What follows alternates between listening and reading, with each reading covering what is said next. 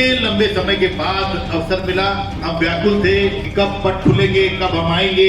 पहले दिन पट खुले, 20,000 लोगों ने दर्शन किए, पट पुनः बंद करने पड़े। आज आप लोगों के आशीर्वाद से, आप लोगों की कृपा से, आप लोगों के आग्रह पे इस धरती पे आने का सौभाग्य मुझे मिला, यह अवसर मिला। दूसरा हमारा सौभाग्य कि ऐसे प्रबुद्ध, ऐसे ज्ञानी ब्राह्मण कुल शिरोमणि, हमारे प्रेरक, हमारे मार्गदर्शक हमारे बीच में आज मौजूद है और उन्होंने हमें आशीर्वाद दिया। इससे बड़ा सौभाग्य दूसरा नहीं हो सकता। मैं नमन करता हूं आदरणीय संजय जी को, जो हमारे नेता ही नहीं अभिभावक है, रास्ता दिखा रहे हैं इस संघर्ष में, सबसे आगे चल के हमको प्रेरणा दे रहे हैं कि अभी मौका है कि हम सब इस संघर्ष में शामिल होकर इस प्रदेश की काया पलट करें। मैं नमन करता हूं देवभूमि में जो हमारे पार्टी के पदाधिकारी हैं, प्रदेश सचिव अतुल भारद्वाज जी, जिलाध्यक्ष अजय गौतम जी, प्रदेश कुमार शर्मा जी, हमारे कपिल सारस्वत जी, अतुल भारद्वाज जी और सभी हमारे जो कार्यकर्ता हैं, जो हमारे नेता हैं, जो यहाँ पर आंदोलन को इतने दिनों से जिंदा रखे हैं और लड़ाई लड़ रहे हैं, उन सबका बहुत बहुत स्वागत। आज मेरे लिए एक भावुक क्षण है। मैं जब से पार्टी की स्थापना हुई, पर्दे के पीछे मैनेजमेंट के काम, ये सारे काम करने के लिए मैंने हमेशा अपना पूरा समय, अपनी पूरी निष्ठा दी, लेकिन मंच पर आपने मुझे कम ही देखा हो। लेकिन कल रात को जब संजय जी से बात हुई और बताया कि क्या आयोजन है, मेरे लिए बड़ा भावुक क्षण था। मैंने कहा कि मैं आपके साथ चलूं, मुझे कुछ कहना है, मुझे अपने दिल की बात साझा करनी। 20 वर्ष की पत्रकारिता, देश भर में घूमकर, कई देशों में घूमकर मैंने इस किस्म का अत्याचार कभी देखा नहीं, कभी सुना नहीं। 17 साल का बच्चा, नाबालिग, एक मुकदमा नहीं, उस प्रभात मिश्रा को ढोर की तरह हमारी सरकारी पुलिस, योगी आदित्यनाथ जी की पुलिस खींच कर लाती है, उसको गोली मार देती है। इस देश में अदालतें नहीं है, न्याय का शासन नहीं है, ये अत्याचार नहीं है, कौन सा शासन है? हम ब्रजभूमि में खड़े हैं, वृंदावन में खड़े हैं, क्या इसी तरह के कंस के शासन के नाश करने के लिए अवतार नहीं लिया था भगवान ने? वैसा अत्याचार है। एक ब्राह्मण व्यापारी इंद्रकांत त्रिपाठी, उसे 5-5 लाख रुपए वसूली करने की ड्यूटी इस प्रदेश के मुख्यमंत्री योगी आदित्यनाथ ने अपने एसपी और डीएम को दी। सुना है आपने कभी? इस देश में नहीं, पूरी दुनिया में ऐसा नहीं हुआ। जिनका दायित्व रक्षा का है वही वसूली कर रहे हैं, हत्या की धमकी दे रहे हैं, गोली मरवा दे रहे हैं। और इसके बाद होता है सरकारी न्याय, जांच होती है, एसआईटी बनती है और रिपोर्ट क्या आती है कि इंद्रकांत त्रिपाठी ने खुद अपने आप को गोली मारी। हमारे घर की एक नाबालिग बच्ची है खुशी दुबे, 2 दिन हुए उसकी शादी के, 2 दिन, उसको उठाकर जेल में डाल दिया। आपको पता है उसके ऊपर 17 मुकदमे, उसको बाहर नहीं आने दिया जा रहा है। हमारे परिवार की अस्मिता है, हमारे परिवार की इज्जत है वो, कि कहां का न्याय है? ऐसा ब्राह्मण द्रोही 5000 वर्ष के भारतवर्ष के इतिहास से एक भी नहीं पैदा हुआ है। शर्म करो। शुभम त्रिपाठी की हत्या हो जाती है, निर्वेंद्र मिश्रा की हत्या हो जाती है, कोई पूछने वाला नहीं, कोई जांच नहीं, कोई कानून नहीं।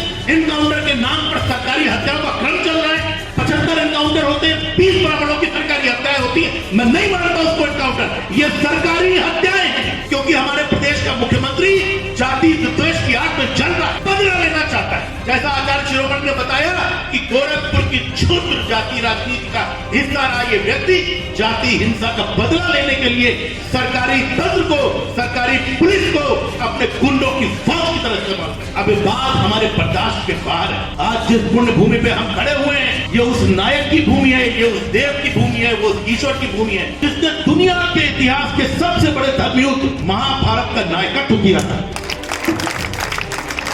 आपको पता है कि महाभारत हुआ क्यों? उसकी जड़ में मानसिकता क्या थी? उसकी जड़ में धृतराष्ट्र की मानसिकता थी। 700 श्लोकों का अनुपम ग्रंथ अमृत वचन, जिसको श्रीमद् भगवत गीता हम कहते हैं, पहले श्लोक में उसकी जड़ आ जाती है। संजय से पूछते हैं धृतराष्ट्र, धर्म क्षेत्रे कुरुक्षेत्रे संवेदे युत्सवः मामकः पांडवश्च किम कुर्वत्। मेरे बेटे और पांडु के पुत्र उन्होंने क्या किया? वो ये नहीं कह रहे कि हमारे बच्चों ने क्या किया, उसकी नजर में भेद है। मेरे बेटे और पांडु के बेटे, केवल इसी एक कारण से, केवल इसी एक धृतराष्ट्र की मानसिकता की वजह से महाभारत हुआ और पूर्वज का संपूर्ण नाश हुआ। इसी मानसिकता की वजह से उत्तर प्रदेश में ब्राह्मणों के खिलाफ जो अत्याचार हो रहा है उसकी जड़ में योगी आदित्यनाथ की यही मानसिकता है। उनके मन में फर्क है कि ये मेरे लोग हैं और ये उनके लोग हैं।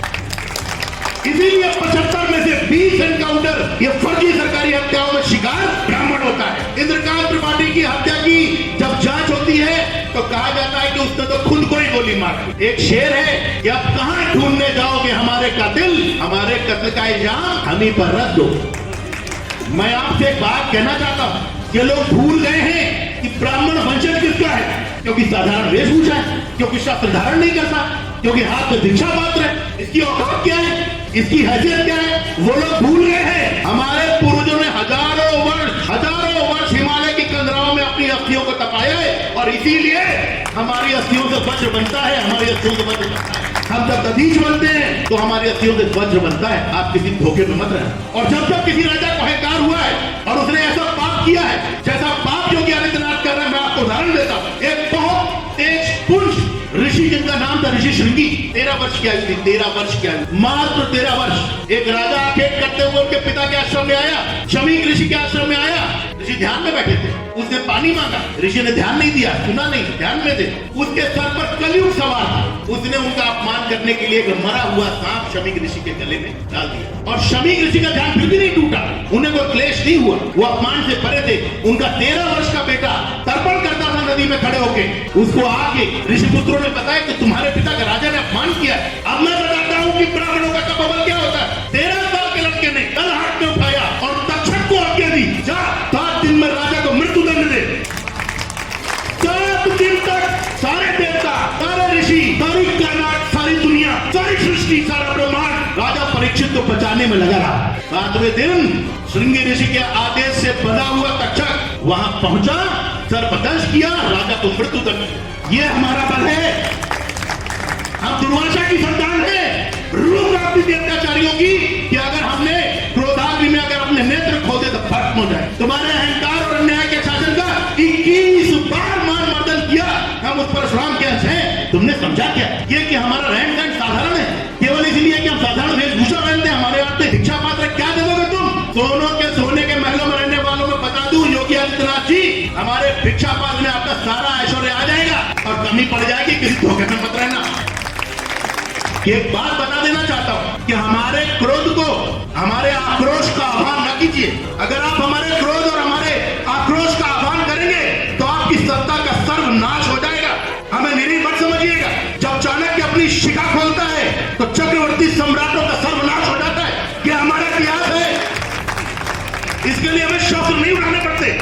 हमने तुम्हें राजतंत्र दिया, हमने तुम्हें राजा बनाया। बार बार सत्ता नहीं चाहिए हमें। ब्राह्मण सत्ता का अभिलाषी नहीं है, ब्राह्मण शांति और धर्म व्यवस्था की स्थापना का अभिलाषी। मैं केवल इतनी ही बात कहना चाहता हूँ, इतनी चेतावनी देना चाहता हूँ। और आप सब लोगों से एक बात कहता हूँ, क्षमा शोभती उस भुजंग को जिसके पास बरल हो। उसका क्या जो दंतहीन, विषहीन, विनीत, सरल हो। आप तो सब जानते, गांव के रहने वाले लोग हैं ना, सांप कहीं निकल आता, पूरा मोहल्ला इकट्ठा हो जाता है। रात को घर में नहीं सोते हैं, छत के ऊपर चढ़ जाते हैं कि यहाँ बिस्तर है, बिस्तर है, क्योंकि उसकी दाढ़ में हलाहल विष भरा हुआ है। ईश्वर ने उसको मृत्यु दंड का अधिकार देके भेजा है, इसलिए डरते हैं उससे। और जब पिटारी में वही सांप बंद हो जाता है, जब उसका दांत तोड़ दिया जाता है, तो क्या होता है? तो मदारी बीन बजाता है और उसके सामने वो सांप। अपने हलाल को मत भूलना, अपने हलाल को, अपनी ताकत को मत भूलना।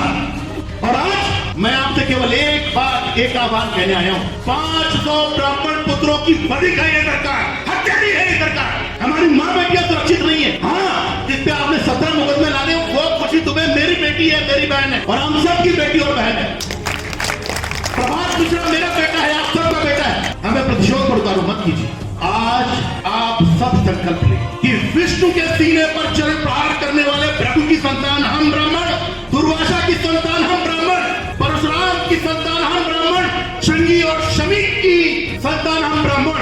आज ये प्रण संकल्प करते हैं कि योगी आदित्यनाथ की अत्याचारी, कुसंस्कारी, ब्राह्मणवादी सरकार को उसके समूल सर्वनाश तक पहुंचाने तक न हम चैन से सोएंगे, न हम चैन से खाएंगे, न हम चैन से बैठेंगे। इन्हीं शब्दों के साथ माफ कीजिएगा, क्षमा चाहता हूं, बहुत आवेश में मैंने बोला, लेकिन यही शेयर करने के लिए, यही आपसे साझा करने के लिए मैं आज यहाँ आया हूं। ये कृष्ण की धरती है और उन्होंने कहा है, ध्यान से सुनिएगा, ये भगवान कृष्ण, उन्होंने कहा, यद्यक्षयोपन्नम स्वर्ग द्वारम अपावृतम सुविना क्षत्रिया पार्थ लभन्ते युद्ध मीदृशम। ये जो न्याय युद्ध है, ये जो धर्म युद्ध है, ये स्वर्ग के खुले हुए द्वार की तरह है।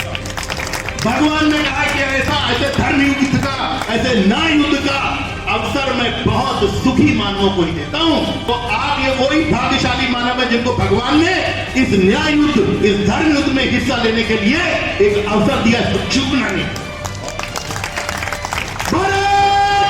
की